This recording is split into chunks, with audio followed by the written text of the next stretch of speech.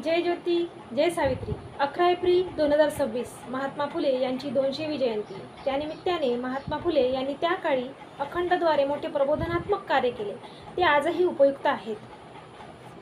मी आरती अंकुश लोखंडे, माणिकवाडा, यवतमाळ आपणासमोर सादर करते महात्मा फुले यांची अखंड काव्यरचना। ऐका अखंड।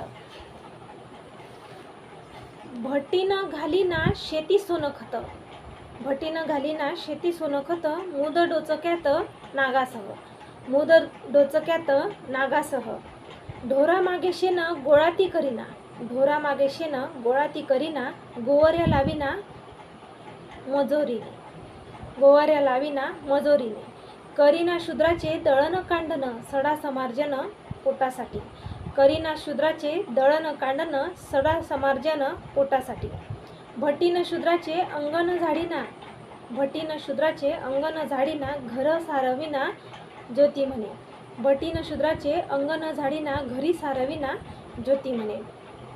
या ओळींचा अर्थ सांगते। महात्मा ज्योतिराव फुले म्हणतात की उच्चवर्णीय भटीन कधीही शेतात खत टाकण्याचे किंवा कष्ट करण्याचे काम करत नाही।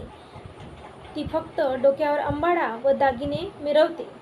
गर्वामुळे ती जनावरांचे शेण गोळा करत नाही की गोवऱ्या थापत नाही। पोटासाठी ती कधी शूद्राच्या घरी जाऊन दळणकांडण झाडलोट किंवा सडा सारवण करत नाही। म्हणजेच शेतकरी कष्टकरी स्त्रियांच्या तुलनेत ती शारीरिक श्रमापासून पूर्णपणे दूर राहते। त्या कष्टापासून उच्चवर्णीय स्त्रिया नेहमी दूर राहिल्या आहेत। हे वास्तव ज्योतिराव फुले यांनी या काव्यातून मांडलेले आहे।